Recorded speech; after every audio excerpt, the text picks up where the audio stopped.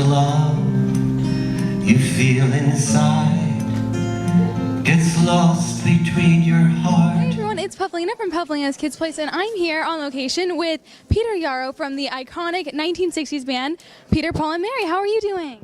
Now that I see your smiling face, I'm doing fine, thank you. Yay, I'm glad. That's awesome. So you have an amazing... What school do you go to? I go to Spruce Creek High School, which is in Port Orange, Florida. And what year are you in? I'm a junior.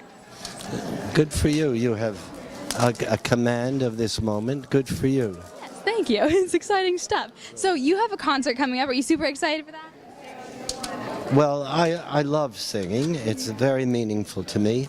It recalls a lot of my life in terms of singing together with people that always creates a sense of community, whether it's at a march on Washington or an auditorium like this or in a schoolroom.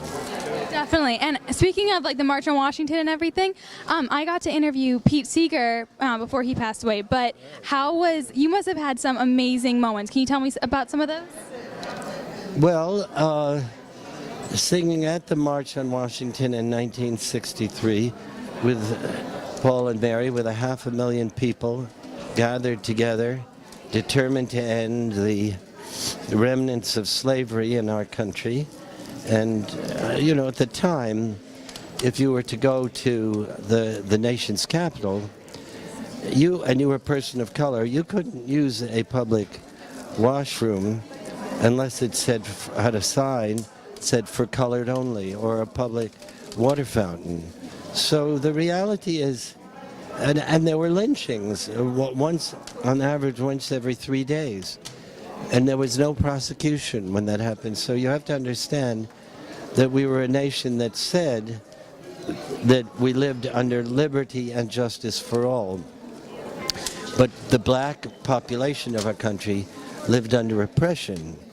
And to see over the past 50 years or more the incredible progress that has been made is astonishing. However, it's also true that racism has once again reared its ugly face, and we have shootings all over the country of black people and black young men incarcerated, and it's a business with lobbying and powerful lobbies that make a lot of money when they put people in jail. We have the highest population of people in jail in the world, and an extraordinary number of them, or percentage of them, are people of color. So we have to fight that fight all over again. When you were in that time, you were like in the middle of all of that change. So how has the times changed since then?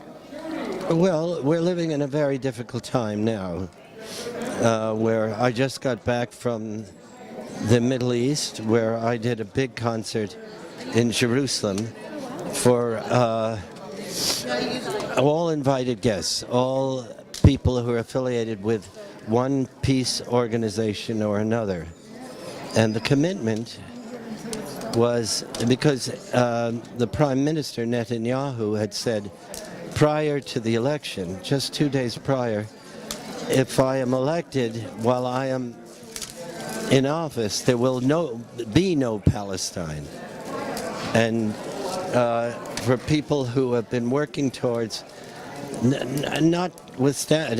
including the President of the United States, this was a horrible thing to say, and then for him to get elected, and indicates that the fear and the animosity and the hatred has been reignited, and it's all over the place. And so we had that concert, but at the end, with all the music and the commitment to carry on, all the performing groups with me that I had asked to join me, including the Jerusalem Choir, the Voices for Peace, the Ukuleles for Peace, they all had Israeli Jews, Muslims, and Christians who were singing.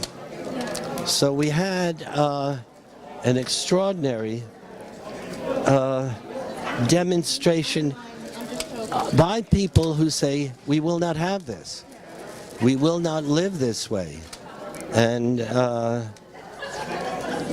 so the struggle continues. It's in its own way no less dramatic than the civil rights movement or the anti-war movement or the women's movement or the anti-apartheid movement or the climate change movement today is huge and extraordinarily meaningful and important. And I'm very much a part of that because the track that we're on will mean that there'll be questionable situation for life on Earth if the climate change reality and direction we're heading is not altered dramatically. We can't even fully come back to normal anymore. Cannot reconstruct the polar caps. So as dramatic as that period was that we're talking about, this is equally dramatic and even more so when we have the reality of ISIS and other. You go to Iraq, where we supposedly intervened to save the country. They've got 5 separate wars going on there, proxy wars by other nations, Saudi Arabia and Iran, and the United States and Yemen. We're living in a very, very challenged time. In the meantime, we're all thinking about Iran, but in the meantime, Pakistan is a very, very, very dangerous nation. And so you have to say, what can we do?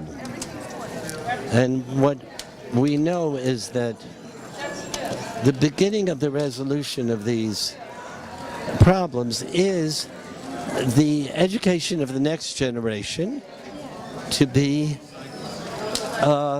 peace builders and to think of life's purposes as being exemplified by what's internal to us. It's not about money. It's not about material things. The culture in the United States and elsewhere has gotten skewed terribly. So we really have to say, if we grow up the next generation to care about each other and the next 7 generations, there won't be so me-oriented, they'll be us-oriented. Yeah. So that's really, your job as a young person is to say, my contribution to making a peaceful world is to spread caring, fairness, love, humanity, and make sure that the bullying and the mean-spiritedness and the hyper-competitiveness in my generation does not buy in to what I have inherited previously. Well, I will do my best to do that. What impact do you think you have made on the nation with bringing in politics and also music?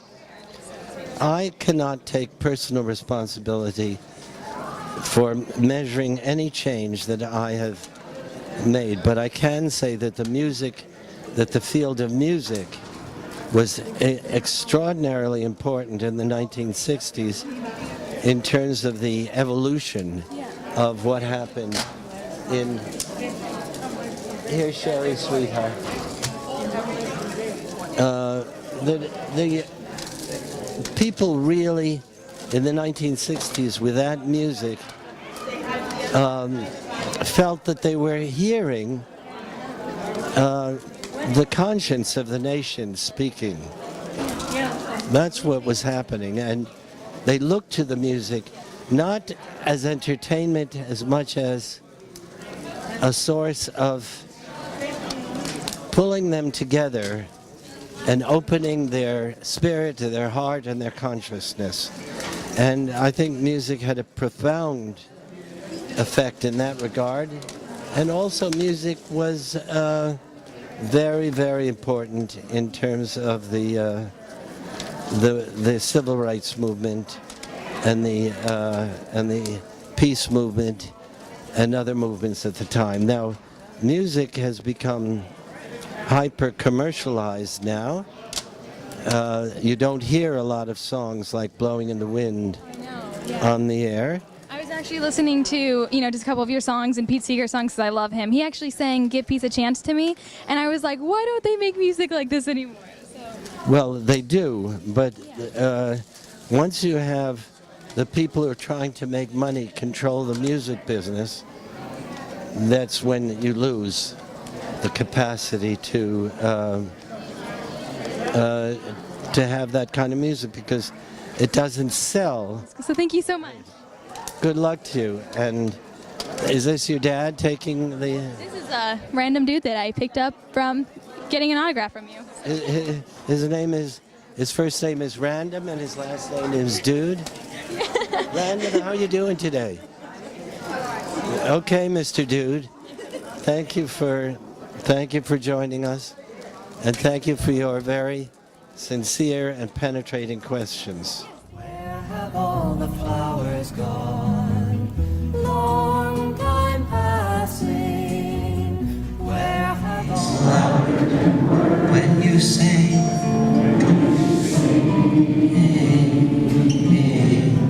People understand. Beautiful. Let's do it one more time. We'll do a little harmony.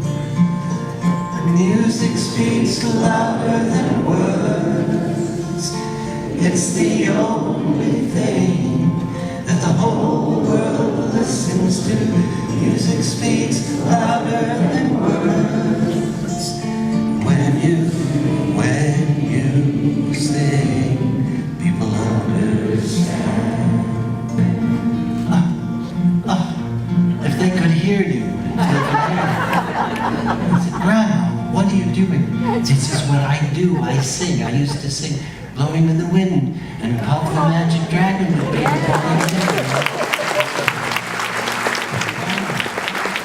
I'm embarrassed to sing, because when I sing, I feel very exposed. Yes, darling, that's what you're supposed to feel. You're supposed to feel open and vulnerable, then your heart can be reached. Oh no, I don't want people to see who I am inside. Well, that's a big problem, sweetheart, and we're going to have to work on it.